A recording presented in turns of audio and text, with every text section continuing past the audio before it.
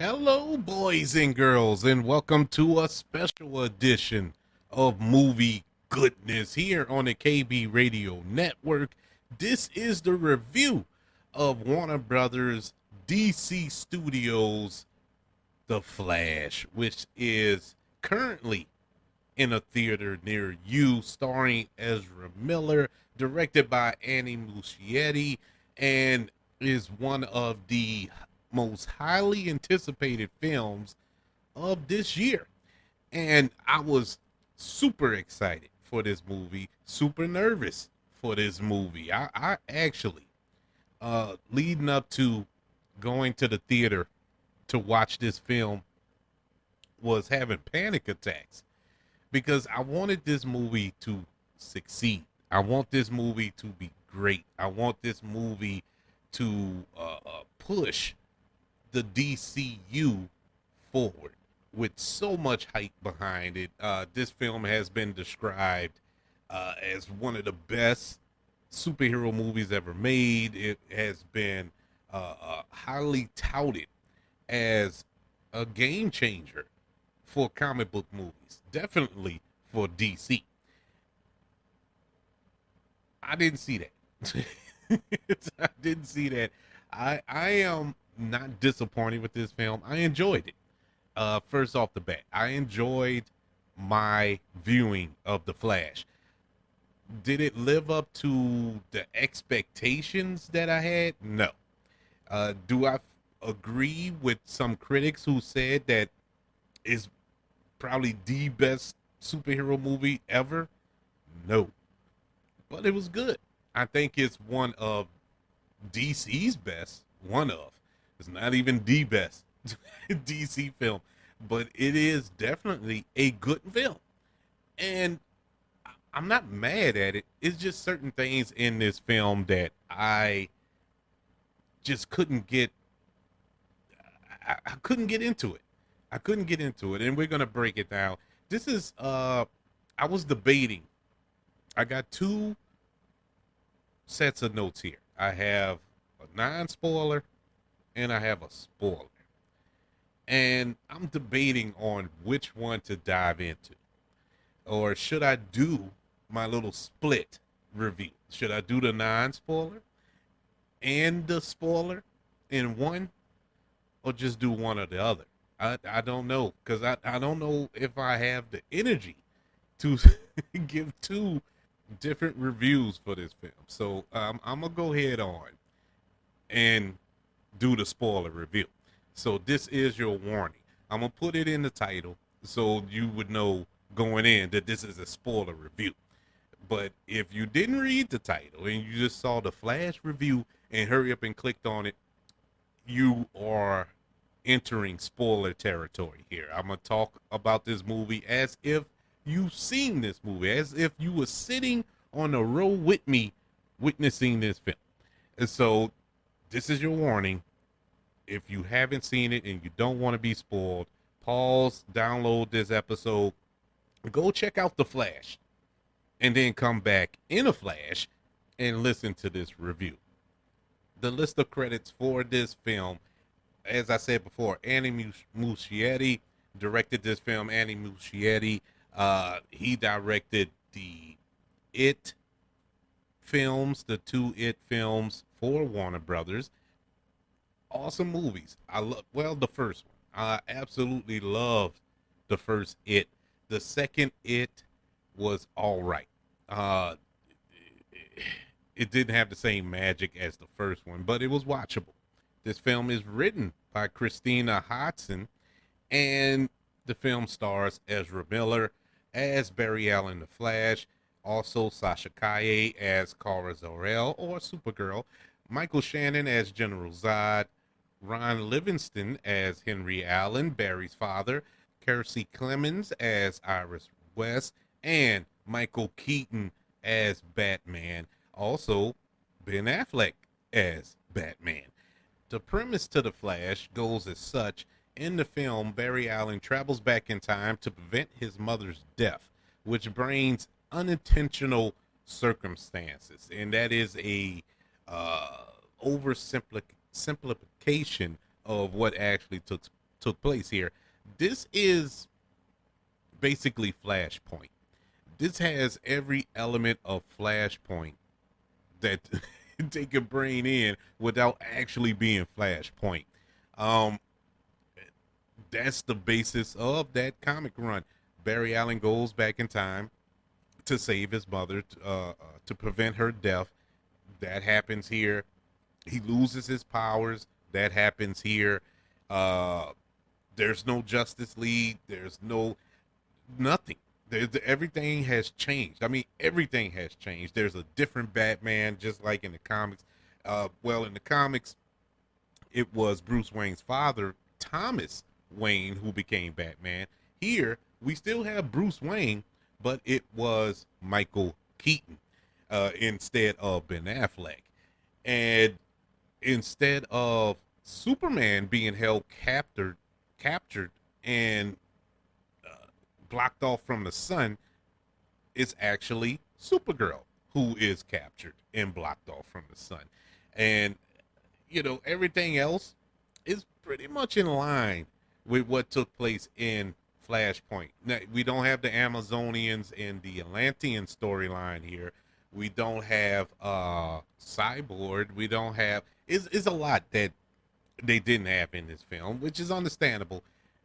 But this was very heavily influenced by the comic book storyline Flashpoint, and which was cool. I liked the story. I liked the direction they went in this film. Completely enjoyed that. Loved that story. Changes that they made. Ezra Miller did an awesome job once again as Barry Allen. I know I'm gonna say it over and over again. Ezra Miller has made some questionable choices in his life, to put it lightly, and I don't agree with him. I think that he needs to pay some type of penalty for the stuff that he has been accused of, if it's true that he committed these acts. Pretty much true, because there's actual video of a lot of these incidents. But my God, the dude can act. Him as Barry Allen is like he was born to play this role, and it hurts me to see that, because the dude probably won't play this role anymore. They probably gonna recast him, and it's sad, for somebody to throw their career, life, and everything else away, due to just poor choices in life, But sticking with the film, man, he was excellent. Both of them. He played both Barry Allens, and it was excellent. He really, or they rather, really touched in on some emotions that needed to be hit, and he needed to hit those marks, and they did. And kudos to Ezra Miller for this performance. The second best performance is, of course, Michael Keaton, man. Michael Keaton returning as Batman, an older Batman. Such a joy to see him back in the cape and the cowl. But it was really fan service, which shouldn't be a shock to nobody. But it was a lot of fan service. It was a lot of recycled lines that he was saying from his older Batman films, Batman and Batman Returns. It was basically the same lines he was repeating from from those movies, but he delivered them, and he looked like he was having the time of his life. I was happy to see him on the big screen. As far as the story is concerned, I had questions on his character just accepting Barry Allen. Accepting Barry Allen's story when they first meet. It was like, oh, you're from a different timeline. Oh, okay. And, it was like that. He just accepted it. It wasn't no questioning. It wasn't trying to vet it. It was like, oh, okay. I believe it. Because in this timeline, this universe, this Batman has not encountered any supernatural type stuff, no super powered beings. There's no metahumans in this universe. So it's one thing if he saw this all the time. If he interacted with Wonder Woman, if he interacted with Superman and so on and so forth, he never interacted with none of that. So for him to just believe this just like that, it was zero convincing. Kind of was like, it was like, okay, they really, I guess they just want to move the story along. Cool, whatever. But that was interesting to me, to say the least. Sasha Kaye as Supergirl, she did excellent. This is my first exposure to Sasha Kaye, and I think she did an awesome job as Supergirl. And I hope that they keep her on as the character of Supergirl. They did announce that they are doing a Supergirl movie down the line in this slate of DC films that's coming down the pike. I hope that they keep Sasha Kaye. I want to see more of her, even though we didn't get a lot. And that was disheartening. That was very disheartening. And speaking of not getting a lot, Ben Affleck. I'm gonna miss Ben Affleck in this role. Honestly, I enjoyed him so much in this film, and he's only in the movie about 5 minutes, and that's another big knock. He wasn't in it enough. Now he had a lot of Michael Keaton, which is cool, which was real good, but you didn't have enough of Ben Affleck, in my opinion, because this was his best turn as the character. Those little 5 minutes that we saw him in this film, this was the best interpretation that he gave, hands down. I really really enjoyed it, and it felt like the comics Bruce Wayne Batman that I remember reading when I was younger. But before I go any further, let me address the elephant in the room here, because I'm fighting with myself trying to save it to later on. I'm trying to do this professionally, but it's hard because this film, as I said, it was high on my list of anticipation this year. I love the character, love the characters that are in this film. And so I was super excited. But that went away in the first 10 minutes of this movie. And it wasn't the acting, it wasn't the direction, it wasn't the writing. All those were on point throughout the film, honestly. What took me out of this movie in the first 10 minutes was the CGI. I just could not recover. Honest to God. It was so hard getting through this movie because of the CGI. It was horrible. I made a statement to my family when we was leaving the theater, and they asked my opinion about the movie, and I took a deep breath, and I told them I enjoyed the film, just like I'm telling y'all, I enjoyed the film. But that CGI was horrible, and everybody just, because they were holding their breaths, because they knew how I was so excited for this movie. They were just sitting in the truck. They were sitting in their truck, just waiting to say something because they didn't want to say anything to make me mad. And so they finally asked after about 5 minutes, and when I said that, everybody just like, you could hear them exhale. Everybody exhaled. They're like, "Yeah, it was horrible. That I was hoping you said something." And so, yeah, it was that bad. It was that bad, and it happened in the first 5 minutes, and it didn't get any better. All of the special effects looked like it was done on it was not even a Mac. It was done on a iPad or so. I don't know what they did these special effects on. And what makes it so bad, it ain't like this movie was rushed. This movie, you had time. You had plenty of time. This movie has went through multiple setbacks, multiple delays, reshoots, and everything else. How they didn't clean up these special effects? I mean, that bad. Honest to God, and I'm not trying to just paint a picture so y'all can see how bad it is, or This is the God honest truth.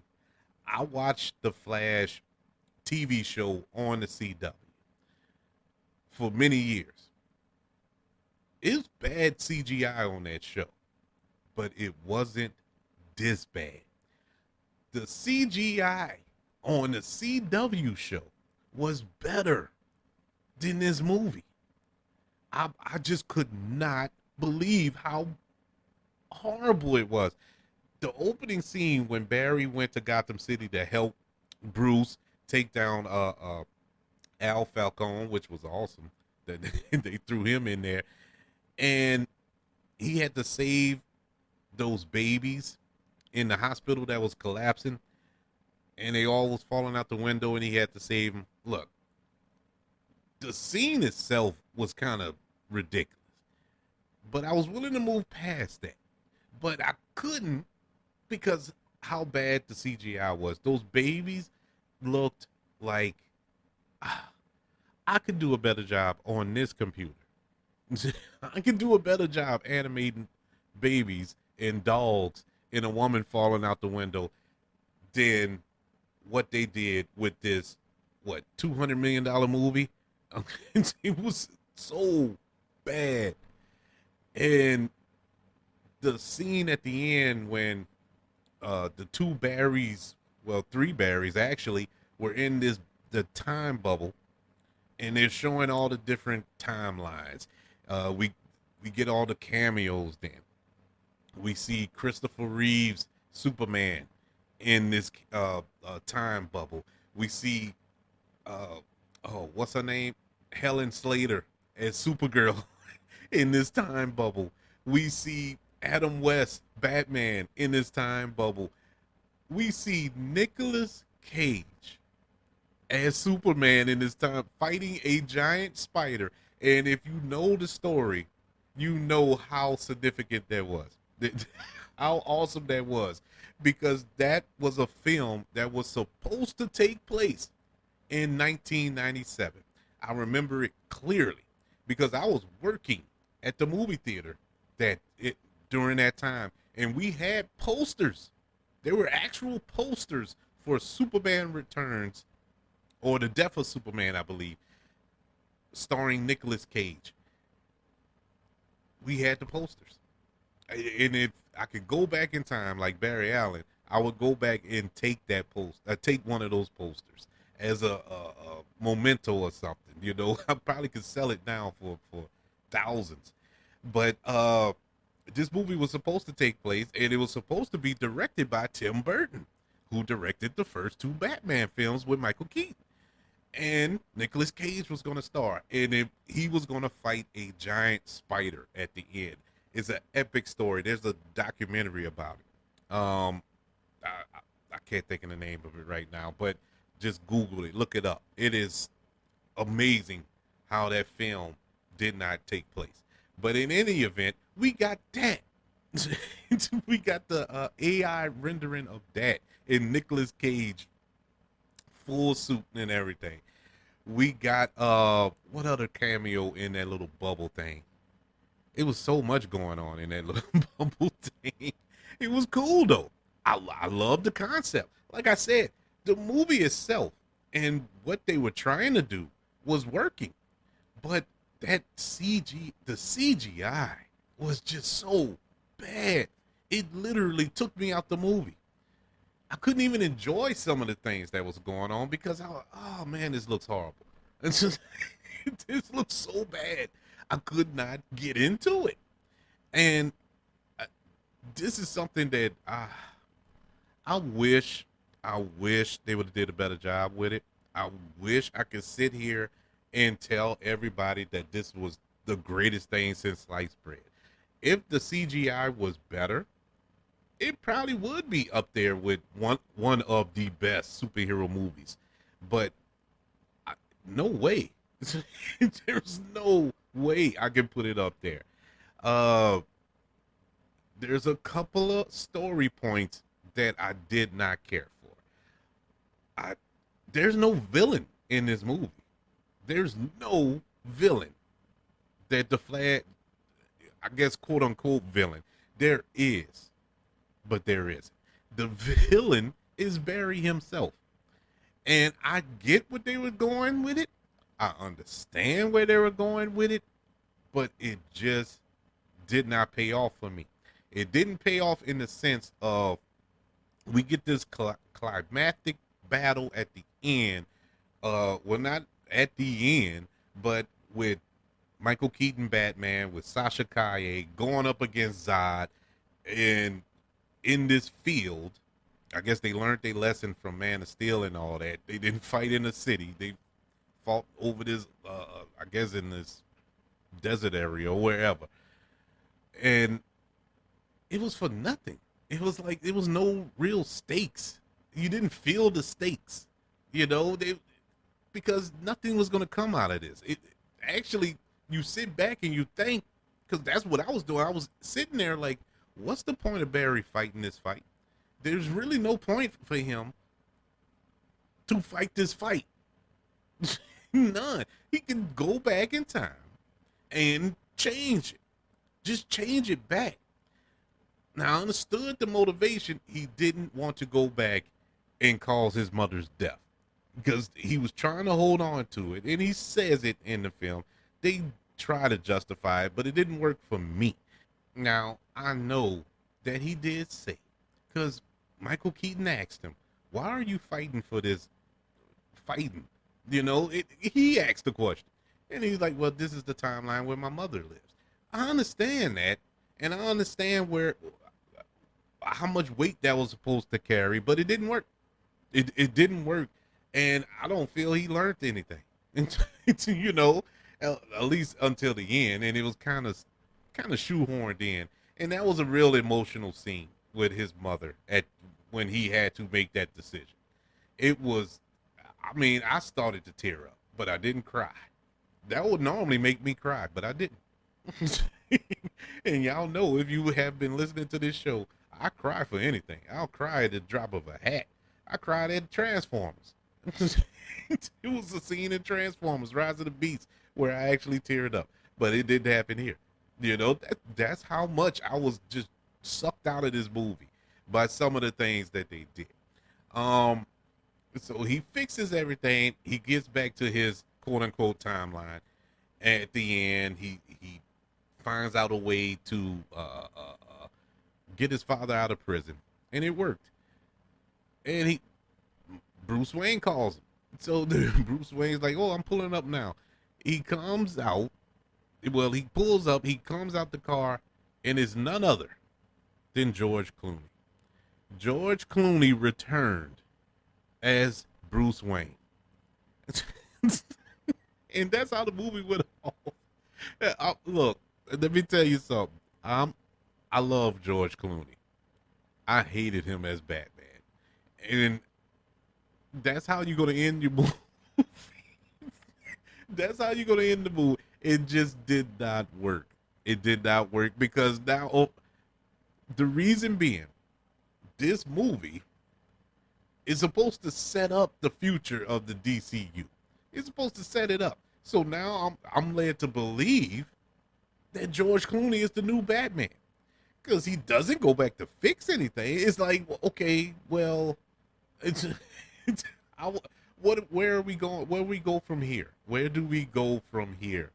And I have more questions than I have answers at this point. I am disappointed. I honestly can say I'm disappointed. I was hesitant on saying I was, but I am. Even though I did enjoy the movie itself, it still didn't set the world on fire for me. It's basically a DC movie. But I will say is probably one of the better. Is one of the top tier DC films, and that's really not saying much because that's not a high bar to clear. I mean, what's the best DC film to date? In my humble opinion, is Man of Steel, but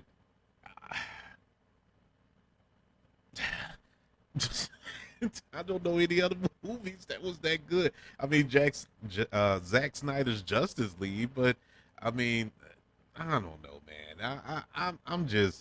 I'm so disappointed with the way it turned out. I thought this was going to be a game changer. I really did. This was an opportunity to set things right in the DC universe, and it didn't.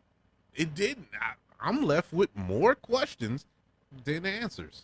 So I don't know where we're heading here, but whatever the case may be, it's still a good film. I enjoyed the performances. Everybody delivered. There wasn't a bad performance throughout this film. So you have that to hang your hat on. The writing was good. The writing was actually pretty good. It's a good way to adapt the source material, without actually diving in verbatim to the comic book. It fit the story. Cool with that. The direction was great by Andy Muschietti, and I can see why James Gunn and Warner Brothers picked him and Christina Hodson to write and direct Batman Brave and the Bold. Because the one good thing, the one great thing about this film were the Batmans. Ben Affleck's Batman and Michael Keaton's Batman. They didn't steal the movie per se, but they were the best parts of the movie because those were Batman. There was nothing deviated from that other than George Clooney. He just stepped out of a car. But the Batmen worked. They worked perfectly. And I 100% understand why they picked him to direct the next Batman film in the DCU. And so that makes sense. But I don't know where we're going with the Flash. I don't know if we're going to get another. I guess if the box money talks. So if it makes gazillions of dollars, I'm pretty sure they're going to green light a Flash film pretty soon. But I don't know, because I don't know if word of mouth is going to reach every ear. That CGI, Jesus. I just can't. I cannot get over it. It is horrible, people. My goodness. But I digress. The Flash, which is currently out in theaters right now, gets a letter grade of a C plus. Is slightly above average, and I really thought in my heart that I was going to be sitting here after watching it, giving this review, that I was going to let y'all know that this was an A, and we didn't get that. We didn't get that. It's above average. It's good. It's worth watching. It is entertaining. I will say that. Also at points like in the middle of the film, this movie is like 2 hours and 30 minutes long. They could have cut 30 minutes of it real easy. It was kind of dragging in Act 2. Act 2 was like it was a chore to get through. And so it's a lot of decisions that were made in here that I was scratching my head in, but it is what it is. Oh, and that post-credit scene. Why?